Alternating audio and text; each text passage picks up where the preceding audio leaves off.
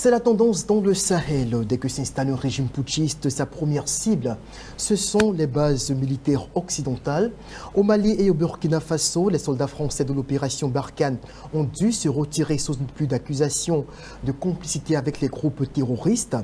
Idem au Niger, où l'armée américaine achève d'ici le 15 septembre prochain son retrait de sa base d'Agadez. Mais comment comprendre la persistance des attaques terroristes qui connaissent d'ailleurs une recrudescence inquiétante?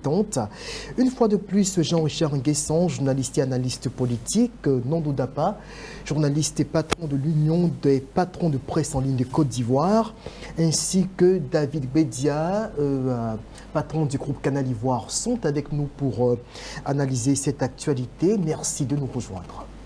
Merci. Alors tout de suite, le micro-trottoir avant de revenir sur le plateau pour entamer les débats. Bon, si vous voyez le plan des attaques, que les Occidentaux sont partis, puis il y a toujours des attaques. C'est qu'autour d'eux-mêmes, là, il doit y avoir des complicités entre eux-mêmes qui font ces genre des attaques-là. Ben, vous ne pouvez pas dire que vous êtes armés et puis chaque fois il y a des attaques, Retour donc sur le plateau. Alors j'entame avec vous David Bedia. On le constate depuis quelques mois, sinon même depuis plusieurs années, donc depuis 2021, plus précisément depuis l'irruption au pouvoir de Assimi Goïta au Mali. La situation sécuritaire ne connaît guère une amélioration. Au contraire, chaque jour, ce sont des dizaines de personnes qui sont victimes des attaques terroristes dans chacun des 3 pays membres de ce que l'on doit qualifier aujourd'hui de confédération de l'AES. Est-ce que cela vous surprend malgré tout ce qui a été dit, toutes les mesures qui ont été prises pour freiner cette tendance? Merci Raymond. Non, il ne faut pas voir la chose sous cet angle. Je pense que ces groupes terroristes qui sèment la terreur dans le Sahel, on peut essayer de le comprendre car depuis la crise même en Libye, vous voyez que c'est depuis la mort du guide libyen et on a dit plusieurs fois que l'OTAN qui a aidé à installer un régime en Libye n'a pas réussi véritablement à canaliser ces troupes-là pour créer un État. Et depuis lors, il y a eu cette velléité de menace dans le Sahel qui fait beaucoup de morts. C'est vrai, tu l'as dit dans ton intro, il y a eu les autorités des pays comme le Burkina Faso, le Mali et le Niger ont demandé le retrait des troupes occidentales, françaises et américaines, voilà, de leur pays, parce que c'était certainement pour eux, moi je ne pense pas qu'ils les accusaient d'être instigateurs, non, mais quand même, quand vous avez des puissances militaires sur votre territoire face à des terroristes et ça dure, il n'y a pas d'amélioration, mais il y a lieu de s'interroger. C'est pourquoi ils ont dit, bon d'accord, si vous ne pouvez rien faire, mais il est mieux de partir pour que nous, on puisse faire face à cela. C'est vrai que les rapports de force entre les terroristes et même les armées locales, vraiment, il faut dire que ces terroristes sont très puissants, ils sont vraiment armés, on ne sait pas d'où ça vient, on verra sur ce sujet tout à l'heure, mais ils sont vraiment puissants et puis on ne maîtrise pas, c'est difficile de pouvoir maîtriser un peu leur position et tout ça. Donc c'est vrai que celui qui vient au pouvoir, surtout dans un contexte marqué par des renversements de pouvoir, quand il vient avec un objectif, une ambition bien précise en disant bon d'accord, je me donne tel nombre d'années pour le faire, mais est-ce qu'on peut le réussir? C'est vrai, l'homme propose, on le dit, l'homme propose, mais c'est Dieu qui dispose. Après Jean-Richard Nguessan, allez-y. Je veux, avant de réagir, rectifier un fait par rapport aux propos du frère Bedia. Il faut souligner que les ponts de ces différents régimes ont accusé frontalement la France et les États-Unis d'être ces différentes nations qui arment les terroristes. Ils l'ont dit et tout le monde le sait. Et aujourd'hui, ces différents partenaires militaires, que ce soit les Français ou les Américains, sont partis. Et on constate malheureusement pour ces différents pays que les attaques se multiplient. Au Burkina Faso, Djibo, Nouaka, Toukari, Patiaga, Mansilla, plus Mansilla, récemment, des le 11 camps juillet militaires dernier, sont avec plus de 100 attaqués, morts. les populations sont attaquées, et à cela s'ajoutent des villages qui sont attaqués. Pareil qu'au Niger, le Niger qui est un pays enclavé, et le premier détachement américain arrivé au Niger, c'était en 2013. Ensuite, il y a le plus grand camp de drones au Niger, notamment à Agadez. Et ce camp-là a contribué fortement à détruire plusieurs camps au niveau des islamistes. Et aujourd'hui, le régime nigérien, le régime du général Tchiani, demande aux militaires américains de partir. Pour être remplacé dans la même base par des troupes russes. C'est forcément un manque à gagner pour le Niger en termes de sécurité. C'est vrai que je ne dénie pas la Russie, sa puissance militaire, mais n'empêche que les États-Unis connaissent bien la région pour s'y être implantés depuis une dizaine d'années. Ils savent comment opèrent ces groupes terroristes et demander aujourd'hui aux Américains de quitter le Niger parce qu'on veut asseoir son pouvoir. Eh bien, c'est dommage. Et moi, je dirais tout simplement que si ces attaques persistent, c'est tout simplement le fait de ces différents régimes qui ont dit en venant qu'en 3 mois, ils allaient rétablir la sécurité. Et des années plus tard, on constate malheureusement qu'il y a l'insécurité dans ces différents pays. Alors, Nando Dapa, il faut préciser que que tout récemment, les populations de la province de Nyanya au Burkina Faso ont manifesté pour crier leur indignation face à l'insécurité persistante dans leur région. Et cela se passe pratiquement sur l'ensemble du territoire burkinabé. Les attaques sont récurrentes. On a l'impression que malgré tout l'armement que montre ou qu'affiche la propagande étatique, il n'y a pas de résultats probants sur le terrain face à des djihadistes qui visiblement n'ont pas la même capacité offensive. Oui, mais il faut dire que il faut d'abord chercher la cause de ces groupes terroristes en Afrique, surtout dans les pays sahélo-sahéliens. On se souvient que depuis d'abord la crise algérienne, la guerre d'Algérie, c'est là le terrorisme a commencé. Et les acteurs se sont déversés au Mali. Par le moyen du salafisme. Tout à fait, en utilisant les populations locales. Et ensuite, comme le confrère l'a dit tout à l'heure, avec la chute du guide libyen Mohamed Kadhafi, ce terrorisme s'est intensifié. Alors, moi, je me pose souvent la question, quelle est cette nébuleuse qu'on n'arrive pas à circonscrire? On a vu le cas de Boko Haram qui ont pris en otage des jeunes filles, même les États-Unis, même l'ONU, ils n'ont pas pu mettre fin à cela. Et puis, en faisant la réflexion, on se pose la question, mais pourquoi c'est dans les pays sahélo-sahéliens que ce terrorisme sévit? Quand ils ont essayé de venir en Côte d'Ivoire, ils ont été circonscrits à Bassam. Pourquoi les pays... Même dans le nord du pays également, avec au niveau de la Comoé, il y a bien sûr. Pourquoi les pays, des pays à végétation forestière ne connaissent pas ce genre de choses? Mais finalement, j'ai fini par conclure que l'espace sahélien est un espace propice au terrorisme. Peut-être parce que, figurez-vous, c'est plus de 30 millions de kilomètres carrés. Et les frontières sont poreuses. Et donc, c'est un problème à la fois de gouvernance, un problème de sécurité et un problème de trafic à outrance. Plus de 3 millions de kilomètres carrés. Plus de 3 millions de kilomètres carrés. Et donc, ce sont des trafiquants qui opèrent à côté des terroristes. Donc, vous comprenez que ce phénomène ne peut pas prendre fin tant que véritablement on n'arrive pas à trouver une solution pour encadrer tout ce grand espace. La preuve, des grandes puissances comme la France, des grandes puissances comme les États-Unis ont essayé, mais ils n'ont pas pu arrêter. La France a échoué avec l'opération Barkhane. Les États-Unis ont échoué. La Russie vient d'arriver. Depuis quand même quelque temps, la Russie est là. Ça fait 3 ans. Avec Wagner. Ça fait plus de 3 ans. Il n'y a pas d'issue encore. Il n'y a pas d'issue. Il n'y a pas de solution. Ça se détériore. Donc, au contraire. Donc, ça veut dire que c'est un problème à prendre à bras le corps par les Nations Unies, par l'ONU. Alors justement, il faudrait se poser la question, David Bedia l'a évoqué dans son intervention, de la source d'armement de ces terroristes. On a longtemps accusé les Occidentaux. Ce qu'on constate, c'est que ceux qui attaquent dans les vidéos de propagande qui nous est donné de regarder, ils n'ont pas d'armement occidental, plutôt des armements russes qui sont bon marché ou des armements récupérés sur le théâtre des opérations auprès des armées nationales. C'est ce qu'on constate sur le terrain. Ils viennent généralement à moto, par des moyens très archaïques, hein, avec des kalachnikovs et autres qui ne sont pas des armements occidentaux.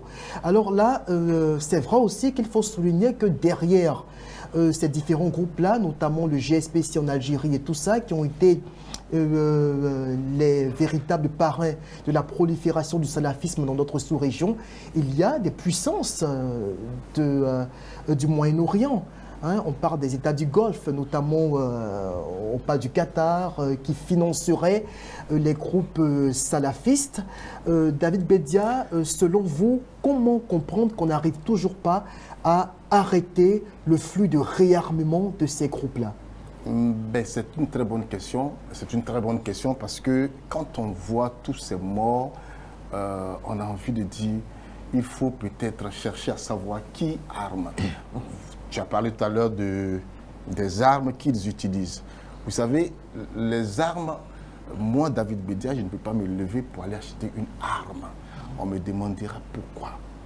Je ne suis pas un État, je ne représente pas un État, je ne me promène pas avec beaucoup d'argent. Donc, c'est-à-dire qu'il y a un protocole pour pouvoir acheter des armes. Les armes qui sont prises sur les rebelles, d'où elles viennent. Tu as dit tout à l'heure, je t'attribue sur tes propos, que ces armes sont d'origine russe. Les Kalachnikov notamment. Mais ces armes, même si elles sont d'origine russe, mais ces armes d'origine russe, même on les trouve en France, on les trouve aux États-Unis. Donc, qui vend ces armes? Si on mène une enquête, on peut savoir d'où les armes viennent. Qui arme ces personnes? Donc, je pense que c'est une question délicate, mais en fait, je veux dire qu'il faut qu'on cherche à savoir qui les a. Il y a des réseaux de trafic d'armes dans la sous-région depuis les années 90 avec les guerres civiles. Mais justement, ce sont ces réseaux-là qu'il faut chercher. Qui servent de source de financement. Ce sont ces réseaux-là qu'il faut chercher à démanteler. Et je pense que c'est très important parce qu'on ne peut pas offrir des armes à des gens qui ne sont pas des militaires. Or, quand celui qui n'est pas militaire... se procure des armes. Voilà. Mais justement, c'est ce qui n'est pas bien et c'est ce qu'il faut chercher plutôt à éradiquer. C'est pourquoi tout à l'heure, dans l'émission que nous avions fait la dernière fois sur les rapports CEDEAO-AES, j'ai dit que la CEDEAO n'a pas été efficace dans son approche dans cette crise. Parce qu'elle devait mener véritablement une enquête pour savoir qui sont ceux qui sont d'abord derrière, qui sont ces personnes et qui les arme. Si la CEDEAO a les moyens de pouvoir aller jusque-là. Jean-Michel, il y a un fait qui est assez clair, le secteur de l'armement, quoi qu'on dise, est assez florissant. Ça fait plus de 30 ans, depuis la guerre civile au Libéria, en Sierra Leone, que la CEDEAO tente de juguler le phénomène, mais c'est très compliqué. Ah oui, parce que le secteur est florissant, et puis on sait tous ici que les grands vendeurs d'armes sont les pays occidentaux, et puis la Russie, qui vivent du trafic d'armes. Est-ce que dans nos différentes nations, il n'y a pas des échanges avec quelques trafiquants, moyennant des ressources minières? Il y a, comme le frère Bedia l'a dit, c'est un problème qu'il faut... Aujourd'hui, il y a cette nécessité-là de s'asseoir et de réfléchir véritablement. Et je pense que les Nations Unies doivent récupérer cette affaire de terrorisme au niveau du Sahel pour se poser les vraies questions. D'où viennent les armes? Qui arment ces différentes personnes, d'où est-ce qu'ils viennent? C'est à partir de ces différentes conclusions, je pense, que nos différentes nations, surtout les États du Sahel, pourront véritablement sortir de cette situation de terrorisme. Est-ce qu'il ne faudrait pas aller plus loin? Parce qu'on sait que ces groupes que l'on a, qui pullulent dans la sous-région ouest africaine, ont des ramifications avec l'État islamique, par exemple, au Moyen-Orient, avec Al-Qaïda, avec d'autres groupes similaires, et ces groupes-là qui sont adossés à des puissances du Moyen-Orient, du Golfe, dont le Qatar, qui protège, on peut le dire de façon assez claire, les intérêts salafistes. Est-ce que finalement, il ne faudrait pas conjuguer toutes ces réflexions-là? C'est une piste, mais on ne peut pas être sûr à 100%, puisque nous sommes... Vous savez que... C'est clair qu'ils ont des ramifications, c'est clair. On a vu beaucoup Haram au Nigeria qui s'est affilié à l'État islamique, ainsi de suite. L'industrie même le du génie terrorisme, qui s'est affilié à d'autres mouvements terroristes. L'industrie du terrorisme,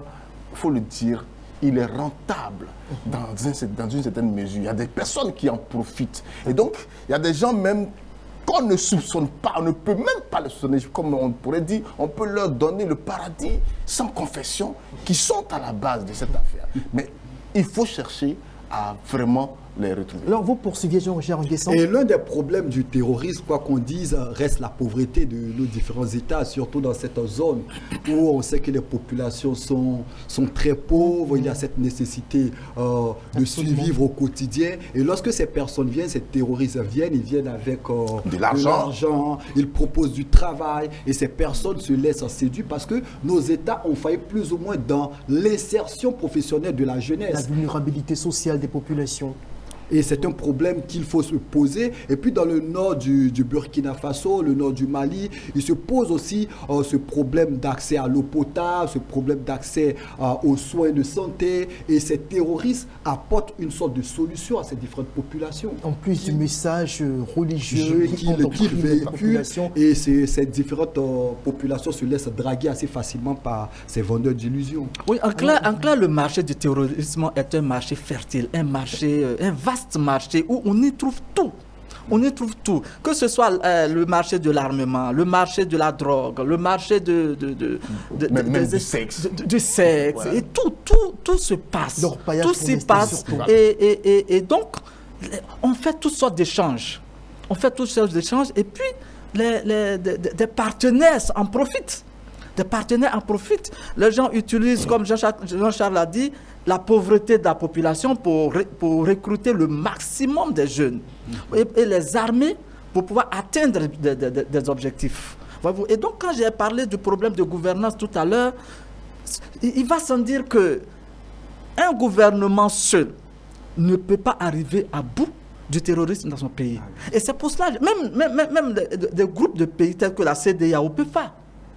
Il faut l'ONU, il faut les Nations Unies qui se mettent ensemble pour décréter véritablement, prendre une décision drastique pour aller contre ce terrorisme. Sinon, on n'y parviendra pas à circonscrire ce phénomène. C'est pas possible. Pour aborder dans le même sens que lui, c'est pourquoi nous condamnons la mise sur pied de l'AES, cette volonté de sortie de la CEDEAO. Parce qu'aujourd'hui, quoi qu'on dise, le terrorisme est une nébuleuse qui tire sa source dans plusieurs pays, que ce soit au Mali, au Burkina Faso, au Niger. Et aujourd'hui, le Bénin souffre du terrorisme, que ce soit le Nigeria. Il appartient à nos États de se mettre ensemble, de collaborer, non seulement sur le plan sécuritaire, mais nos services de renseignement se doivent de collaborer ensemble pour venir à bout de ce terrorisme. Et lorsque 3 États décident de se retirer de cette volonté manifeste de la CEDEAO de se mettre ensemble et de combattre le terrorisme, il va sans dire que forcément il y aura des problèmes. Et pour rebondir justement sur ce que vous dites, là on a par exemple au Burkina Faso le capitaine Traoré qui s'empare du pouvoir le 30 septembre 2022, si ma mémoire est bonne, et qui promet un règlement de situation. Il était homme de terrain, il faut le préciser, d'après ce qu'il avance. Alors, il vient au pouvoir, il promet qu'au bout de 3 mois, après étude du terrain, après avoir été sur le terrain pendant des années, donc depuis 2015, où la première attaque terroriste a eu lieu au Burkina Faso, donc en août 2015, il nous dit qu'au bout de 3 mois, il met fin à la crise sécuritaire. Ça fait pratiquement 2 ans qu'on y est. La situation s'est aggravée, elle s'est détériorée davantage. Idem au Mali, idem au Niger, où c'est très compliqué. Moi, je pense que est-ce que ces régimes-là n'ont pas failli quelque part? 1 minute, rapidement, chacun. Allez-y. On dit qu'ils ont failli, mais ça, c'est naturel. C'est de bonne guerre. Ce sont des arguments que chaque putschiste utilise pour justifier son acte. C'est tout. Sinon, eux-mêmes, ils savent qu'ils ne peuvent pas arriver à bout du terrorisme dans leur pays. Et puis, aujourd'hui, là où la France a échoué, là où les États-Unis ont échoué, mais ce n'est pas un simple militaire qui va réussir. Donc comprenez, que ce soit au Burkina, que ce soit au Niger, que ce soit au Mali, tous ces putschistes-là ont utilisé des arguments fallacieux pour prendre le pouvoir et pour pouvoir gouverner. Mais ils n'y parviendront pas ils n'arriveront pas à bout du terrorisme dans leur pays. Ce n'est pas possible. David Bedia. Comme tu l'as dit, Je sens que vous avez envie de Ibrahim rebondir sur Traoré la question. était un homme de terrain. Il était sur le théâtre des opérations. S'il a quitté le théâtre des opérations pour venir prendre la magistrature suprême, c'est parce qu'il a vu certainement des choses sur le terrain. Vous voyez, celui qui vient attaquer vient avec une stratégie. Lui, il étudie la position de l'adversaire pendant que toi, tu as ta position, tu es assis. Et il vient, il cherche à continuer ta position pour t'attaquer. Donc, c'est à toi maintenant de chercher sa position. Or, on sait aussi que les terroristes, ils ont une stratégie qu'ils utilisent, c'est de se faufiler parmi les populations. Alors, quand ils sont parmi les populations, une armée régulière, une armée consciente ne peut pas tirer parce qu'il y a des terroristes là et tuer en même temps des civils. C'est pas possible. Finalement, Vous qui leur comprenez? donne des renseignements? À qui? Aux terroristes. Mais justement, c'est une très bonne question. Qui leur donne des renseignements? On sait très bien que les forces extérieures étaient là. Et c'est pourquoi je m'interroge sur les raisons pour lesquelles ces trois chefs d'État ont demandé le retrait de ces forces. Est-ce qu'ils n'ont pas eu des éléments, est-ce qu'ils n'ont pas eu des informations selon lesquelles ce sont ces forces-là qui donnent les positions? Vous savez bien qu'on peut partir de certaines expériences ailleurs pour pouvoir comprendre aussi ce qui se passe chez nous. Vous comprenez? Nous, en Côte d'Ivoire, ici, on a entendu une affaire de libération de Bouaké. Nous, attendez, on va faire sortir nos ressortissants. On sait ce que ça a donné. Donc, vous voyez que c'est des choses sur lesquelles on peut s'appuyer pour dire, mais écoute, est-ce que les gens qui sont avec nous sont vraiment sincères? Est-ce qu'ils sont vraiment avec nous? Alors, Jean-Richard Nguessan, justement, parce que là, ce que David évoque, c'est assez intéressant. Voilà des gens qui ont accusé la France et autres de fournir des renseignements stratégiques aux groupes terroristes. La France est partie, les États-Unis sont partis. Aujourd'hui, ils accusent les démons infiltrés. On a vu tout récemment une vidéo macabre de soldats maliens en train d'éventrer un civil Touareg quelque part. La vidéo a créé un véritable scandale. On parle d'exactions sur des civils qui seraient des complices des groupes armés. Finalement, c'est la France, les États-Unis ou ce sont les moins infiltrés? Il faut dire qu'une chose est certaine, la situation reste critique, que ce soit au Mali, au Burkina ou encore au Niger. On ne va pas dénier à ces trois pouvoirs des victoires, même si ces victoires-là se comptent au bout des doigts. Et ce qui est dommage et qu'on voit très souvent, c'est les exactions. Et c'est le changement de discours. Vous avez pris l'exemple du capitaine Ibrahim Traoré lorsqu'il arrivait au pouvoir. Il a dit qu'il allait apporter la sécurité au bout de 3 mois. Et il a échoué. C'est un fait.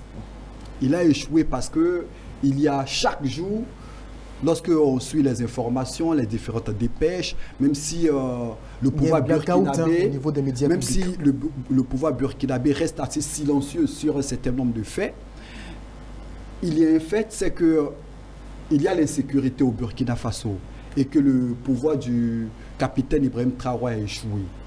Et c'est pourquoi il nous est donné de voir très souvent le changement de discours. Aujourd'hui, on parle de panafricanisme, on accuse la France, on parle de monnaie, on accuse la Côte d'Ivoire, on essaie de détourner le peuple et les populations de l'essentiel. Il faut servir quelque chose aux populations. Et ce que le général trouve à faire, ce qu'il trouve à servir aux populations, c'est être dans les attaques, des attaques inutiles. On va justement terminer avec ce chapitre-là en quelques minutes, parce que nous sommes presque quasiment au terme de notre temps d'antenne. Parlons des accusations récurrentes. Là, on a entendu le président putschiste burkinabé invoquer une complicité ou la présence en Côte d'Ivoire de base de déstabilisation. Il a également accusé le Bénin. hein, même si, enfin, jusqu'à présent, ces différents gouvernements attendent les preuves, les éléments de preuve qui peuvent les confondre. Alors là, aujourd'hui, on accuse la France, on accuse la Côte d'Ivoire, on accuse le Bénin. Quelle est votre lecture justement de ces débordements-là? Oui, moi je crois que quand on vient au pouvoir avec des arguments et que les arguments qu'on avait brandis pour convaincre la population, ces arguments ne tiennent plus parce qu'on a échoué, il faut chercher d'autres arguments. Même ici en Côte d'Ivoire, à un moment donné, on avait entendu qu'il y avait des gens qui s'entraînaient au Burkina, ils vont venir attaquer la Côte d'Ivoire et finalement, c'est des Ivoiriens eux-mêmes qui se sont attaqués.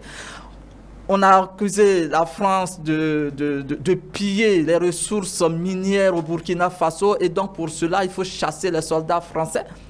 Aujourd'hui, on trouve d'autres boucs émissaires. C'est la Côte d'Ivoire, c'est le Bénin qui constitue des bases arrières pour attaquer le Burkina. Mais diantre, on n'en finira pas. Quand vous connaissez où se trouvent les gens qui s'entraînent, mais pourquoi ne pas aller les identifier? Pourquoi ne pas interpeller la communauté internationale avec les preuves à l'appui au lieu de lancer des discours à l'envolée?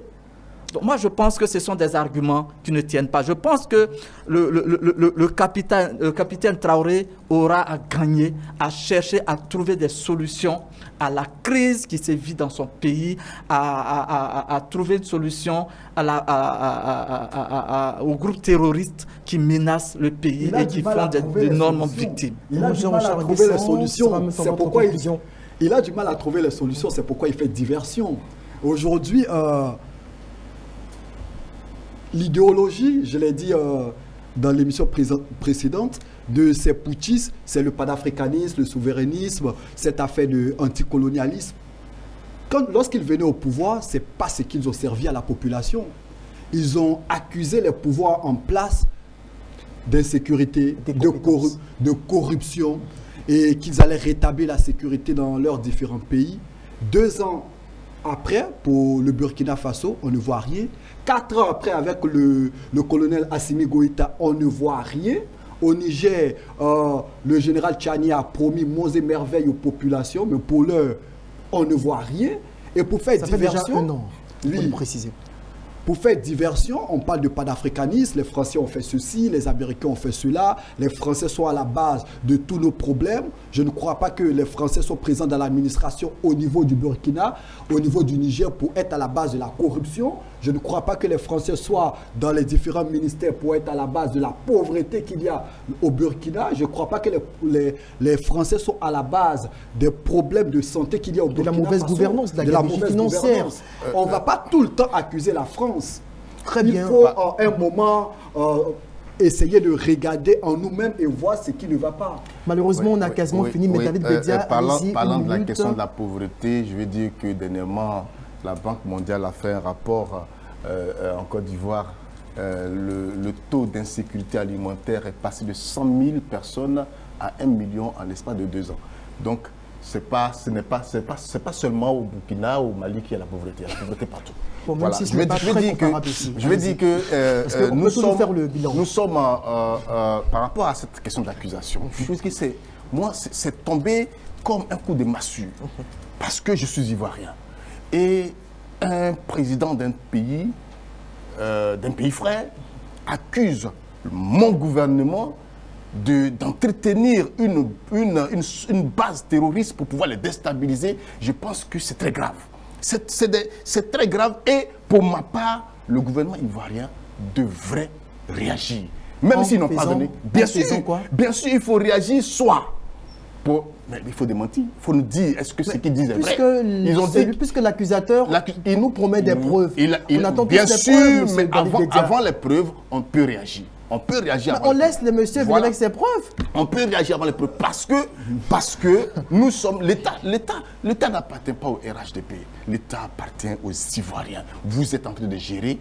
Quand vous finissez de gérer, d'autres personnes viendront gérer. Donc, c'est-à-dire que quand on nous attend, imagine-toi, nous partons tous dans les pays africains. Imagine-toi que moi j'arrive, par exemple, dans un pays de l'AES et on dit c'est un Ivoirien. Ouais, c'est eux-là, les déstabilisateurs. Tu vois ce que ça va faire. Tu vois ce que ça fait. Donc, je vais dire, de l'accusation. Mais justement, quand on t'accuse, il faut te défendre. Moi, je m'intrigue et contre le mutisme de notre gouvernement. Je trouve ça pas bien. Maintenant, je vais finir. Très rapidement. Je me suis réjoui dans ce discours que le président Ibé ait reconnu qu'à un moment donné, le Burkina Faso a été une base aérienne pour déstabiliser d'autres pays. Il n'a peut-être pas cité la Côte d'Ivoire, mais c'est de la Côte d'Ivoire qui parle. Parce qu'effectivement, le Burkina Faso a été une base aérienne pour déstabiliser notre pays. Vous comprenez? Et il a dit, mais ce qu'on vit aujourd'hui, le terrorisme, mais c'est ce qu'on a fait quand on est en train de vivre. Okay. En tout cas, voilà. C'est le putschiste qui craint que son régime soit renversé. Celui qui a renversé, qui craint qu'on lui renverse également, c'est ce qu'on peut retenir finalement comme morale à l'issue de ce débat, enfin de votre intervention en tout cas. C'est donc terminé pour ce numéro de Devoir de vérité. Merci à vous de nous avoir suivis et ce fut un plaisir de rester avec vous durant tout ce temps. On se dit au revoir et à prochainement.